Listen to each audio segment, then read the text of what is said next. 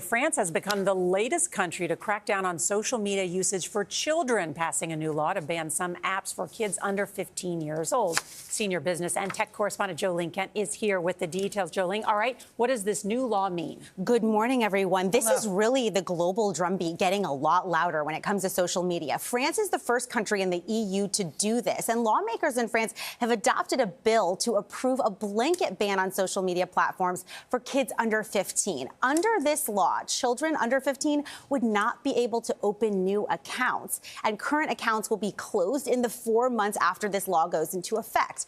Now, the ban includes all social media apps, what would still allow you the educational materials that you need, the encyclopedias, but the law also bans smartphones from high schools, and this is really major, and this could go into effect as early as September 1st. But of course, these platforms would also need to use this new age verification technology that is approved by the French government, by their privacy regulator.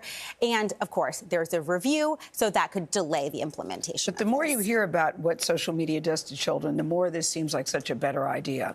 But so what are the supporters and the critics saying of the ban? Yeah, I think, two sides. You know, President Macron is saying that social media has robbed these teenagers of their attention spans, and he wants to give it back. And we have been talking to families all around the world, in Australia, where there's also a ban, other countries, and these families who have experienced their children dying by suicide, for example, or body dysmorphia, they support this ban.